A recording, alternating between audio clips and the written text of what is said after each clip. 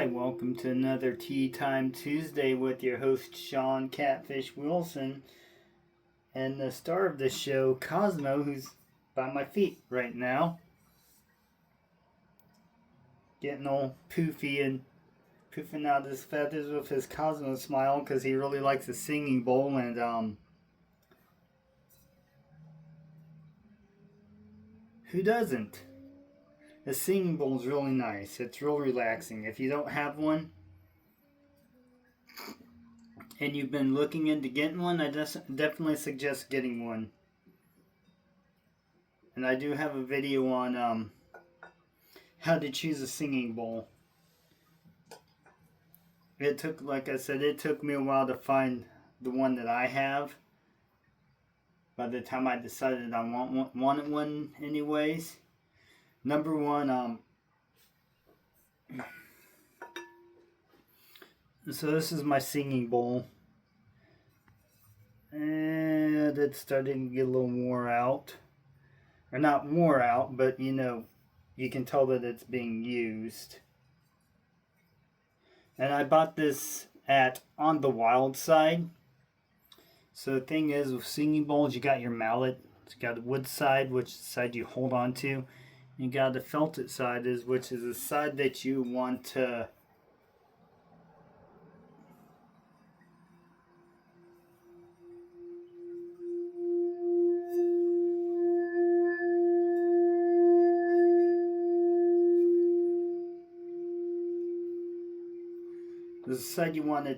actually start singing with, because here I'll do it with the wood inside.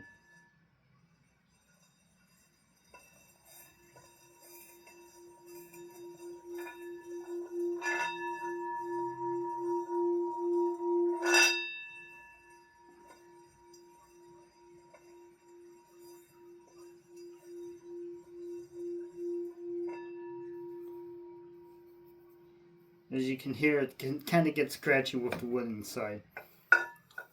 So, for today's tea,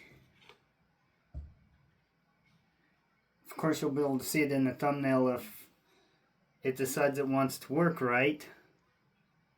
Hello, Cosmo. It's pure leaf green tea, no sugar, unsweet tea, so of course it shouldn't have sugar in it.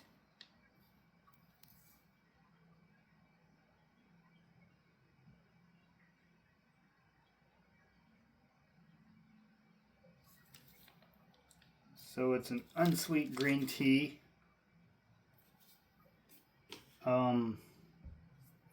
Most time when you brew green tea, it actually turns out a little darker than that. At least most of the green teas I've brewed end up turning out a little bit darker.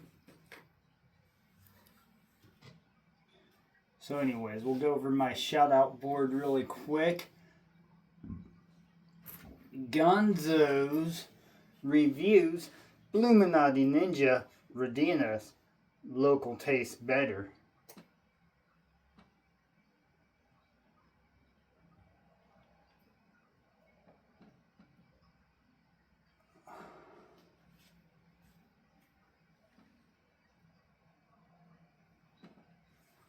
Danny Day's Homestead, Victoria May, the quiet listener, woman carry knives, a therapeutic edge, do something kind for somebody. Crossover Paranormal Society, Hugamoo, Hugamoo, Hugamoo, the Gypsy and the Vanilla Gorilla, Catching Them Fish Outdoors, Big Red EDC, Spirit Brothers UK, Big Tiny's Outdoors, Grumpy Grunt, My Bad Adventures, Yeoman's Edge, Gal's Southern Living, the Gypsy and the Vanilla Gorilla, Annie Finn, the Sunfish King, Matisfaction, the Squirrel King, or Squirrel's Magnet Fishing, yeah, Matisfaction's the Squirrel King, Smoky Mountain Knife Works, ODC for EDC, Off the Hook Outdoors. If you're looking for some custom soft plastics, Go check out Off the Hook Outdoors. He's another YouTuber. He makes custom plastics and they're really good. He has some ice fishing stuff, bass, and panfish. The Laugh Channel, EDCQ, on the wild side. If you're in the Manhattan, Kansas area, they are located in Aggieville. They have a lot of cool stuff there. That's where I got most of my rocks from. Full Circle Diner Cocktail. Really awesome place to go eat. Today I went and had their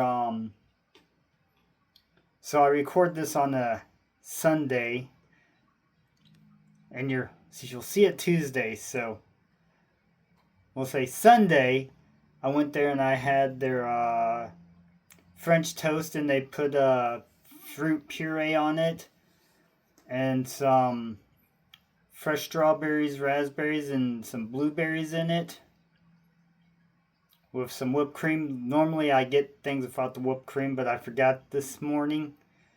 So, but it's real good. And they give you 2 pieces of bacon with it. Wild Japan, Some Old Man Outdoors, Hog Deer 79, ODC for EDC, Chillin' Indiana Carl, Jailbait and Tackle Outdoors, Lefty EDC, True Budget EDC, Angling Spiders, Knives Fast, Zach Stuff, Matt's Fishing Mission. Always be on mission. Alright. Oh.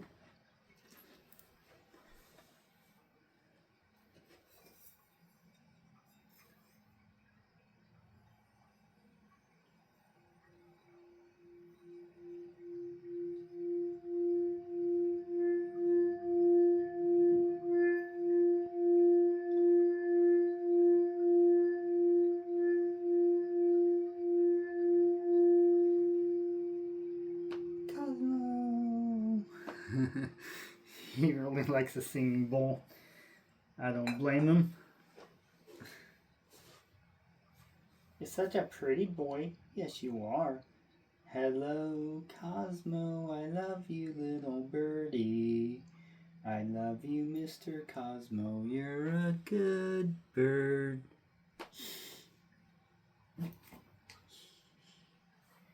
Alright. Okay, so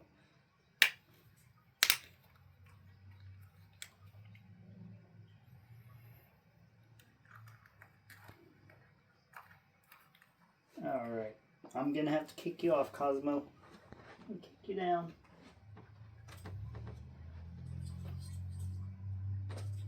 There you go, little buddy. There you go, little buddy. Ah. You're such a sweet bird. Such a sweet bird. Alright. So, first thing I like to do with any of my teas,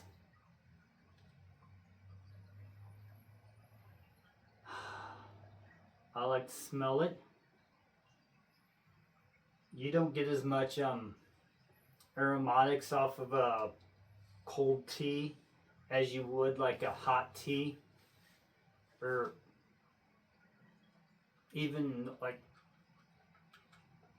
bag tea. You get more aromatics out of it, and loose leaf you get the best. You get the best of all of the worlds. Best flavor, best aromatics.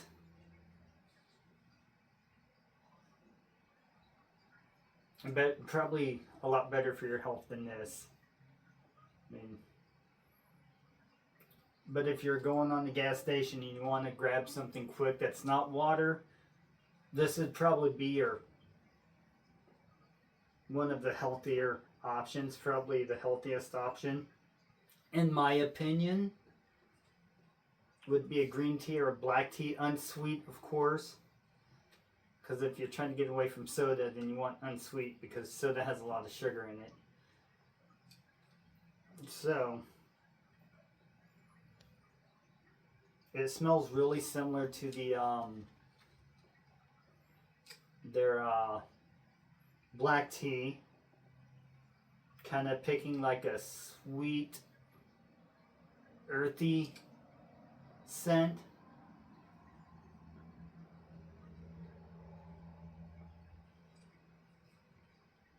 So that's interesting that I'm getting kind of a sweety smell from it.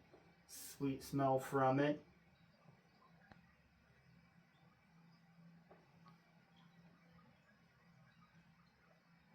Or you could also say it's kind of a sweet leafy smell.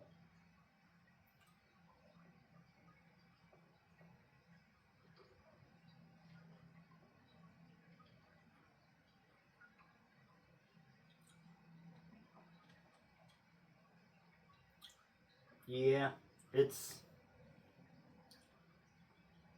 definitely have the same aftertaste as a tea, but it's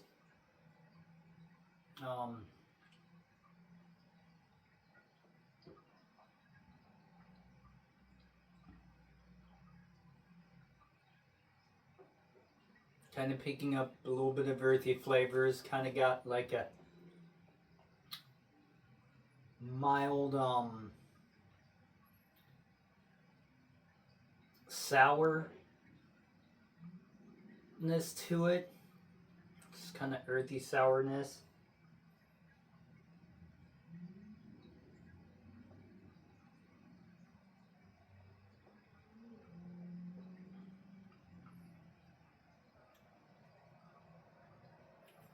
And maybe just a little hint of some sweetness, but definitely not as good as like a bag tea if you get the correct brand anyways. And but it's definitely not as earthy and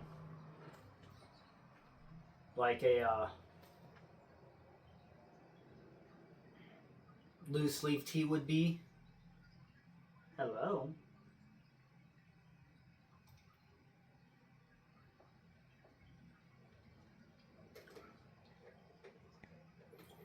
I mean, overall, what would I rank it?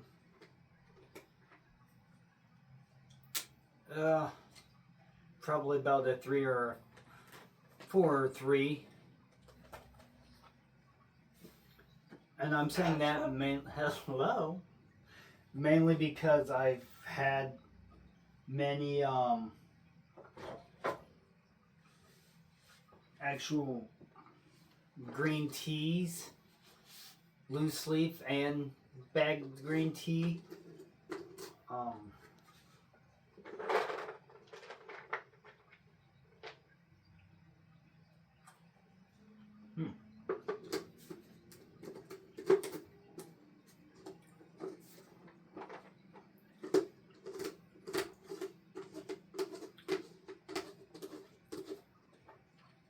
But these are really good. Cosmo. Come on. Come on, Cosmo. Come on, Cosmo.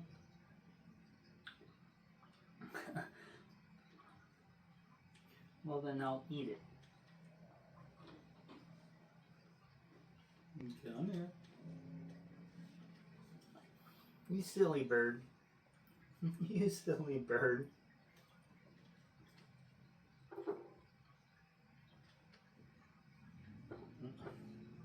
He's like, nah. I'm gonna climb up on your knee, then I'm gonna walk down and walk away.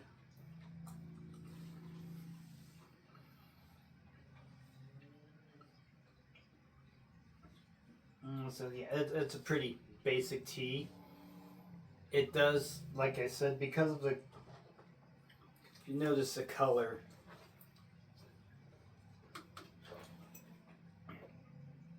like it should be just like 4 shades darker, but around the same color. And it also does, it does taste watered down also, but they mass produce this stuff, and it's normally meant to be drunk cold. And so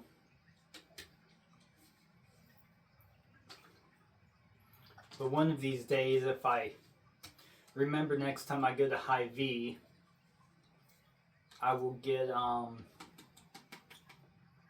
try to get the Gold Peak and the Pure Leaf and do a side-by-side comparison with their green tea or their black tea, whichever one that I can find the same that's unsweetened.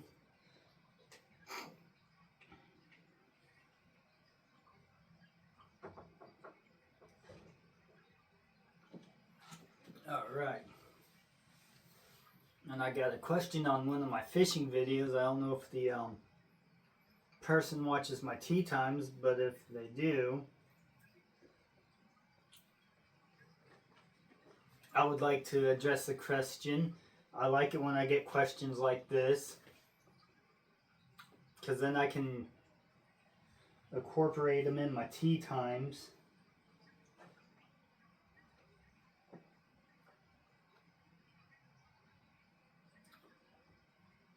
So the question is from the Easton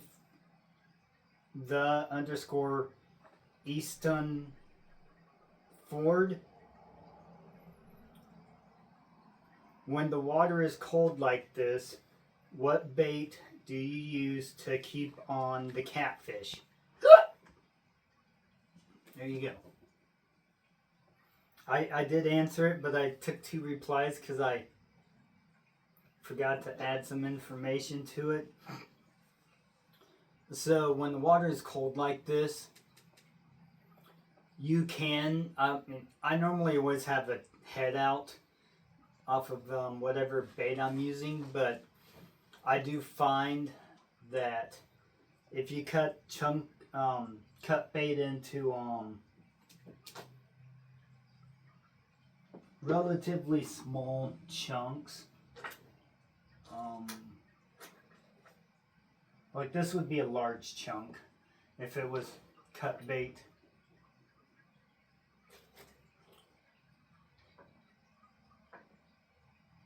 Oh, hey.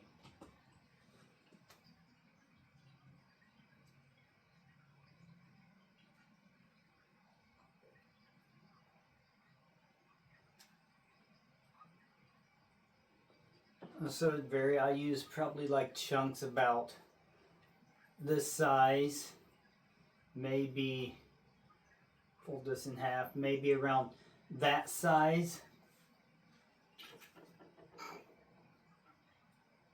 On normally I use a Gamakatsu octopus circle hook, and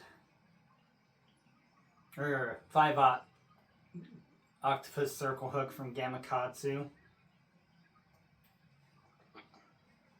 And the type of fish I use is shad. The next ones I'm going to mention, or next 2 I'm going to mention anyways that I use, make sure that it's legal in your state or body of water to use them for a cut bait, which would be crappie and white bass. Crappie seems to work the best for me, and crappie and shad seem to work the best. But make sure, check your rules and regulations, because I don't want anybody getting in trouble with their local game wardens or your local fish and game. So please make sure whatever bait you're using is legal. And on that other hand, you can also use drum, cut drum, cut carp will work, common carp, Asian carp, whatever type of carp you have in your area. Don't worry, I'll get to, there's a reason why I'm still holding this.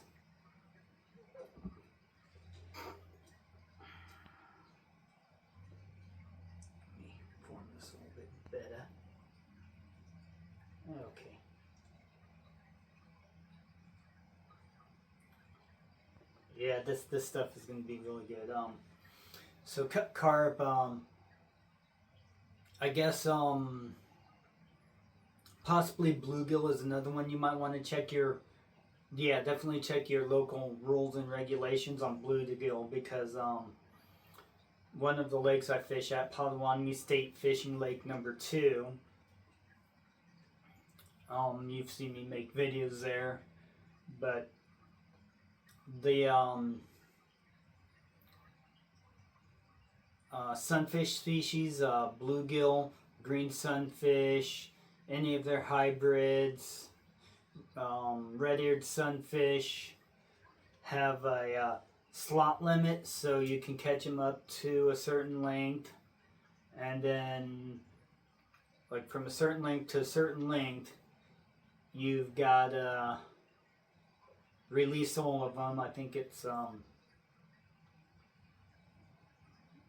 oh shoot, 6 to 8 inch or 5. No, yeah, 6 to 8 inches, I believe, on bluegill. So it's very important. Whatever you're going to use for cut bait, make sure that it's number one, legally taken.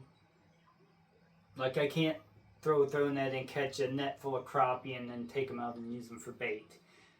Or white bass, although white bass you can. There's no krill limit on white bass.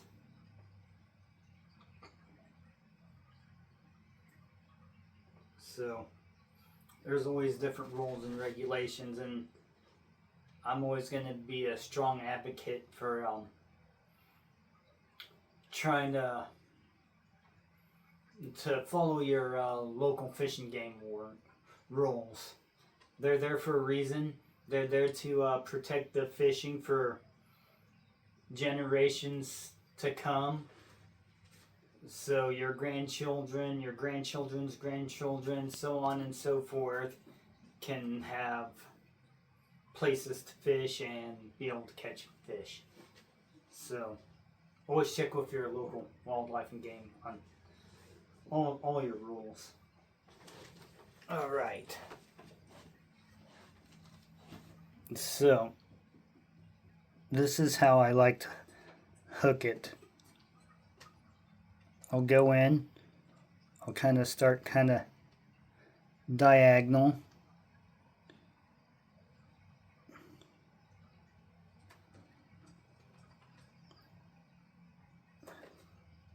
And of course real fish isn't going to act like that, but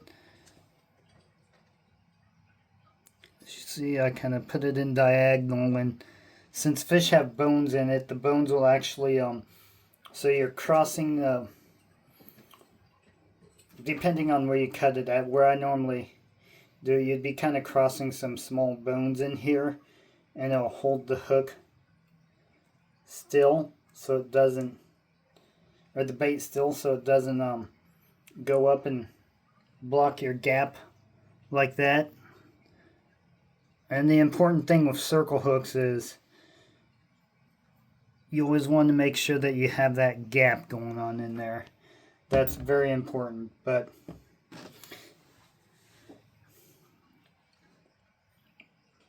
so any type of cut fish, you can go to the grocery store, and I've seen that sometimes they have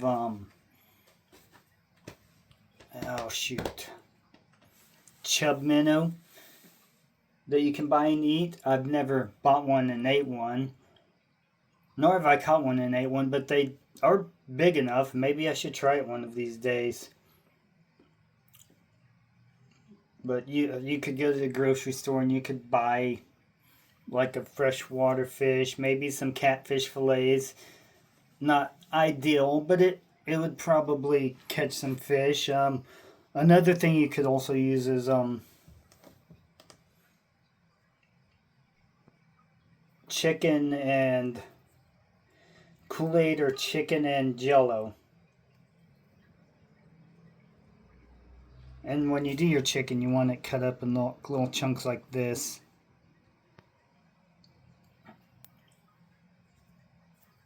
And the reason why the smaller chunks tend to work better sometimes is because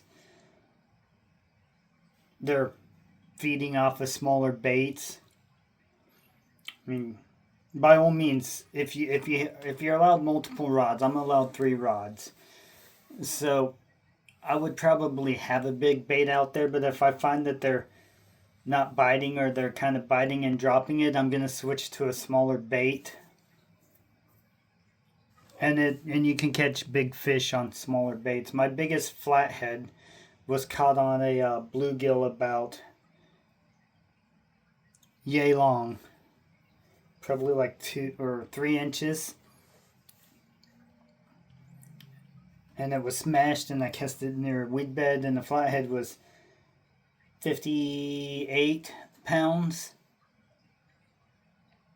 and I caught it off of relatively small bait. So small chunks of bait will catch big fish. In that 45.8 pound blue cat I caught last year, and getting towards the end of the year, it was caught off of a chunk of bait about something about this side, a little bit wider, a little bit bigger than this, but something about that size. So you don't always need the biggest bait you can put on.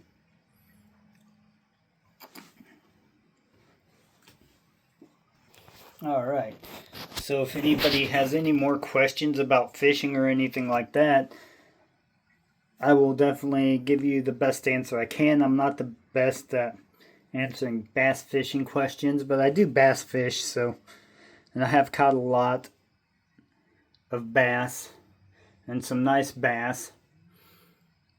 Most of the times I catch them off of my crappie stuff, the bigger ones anyways. Let's see. Thank you for watching, everybody. Peace and long life, my friends.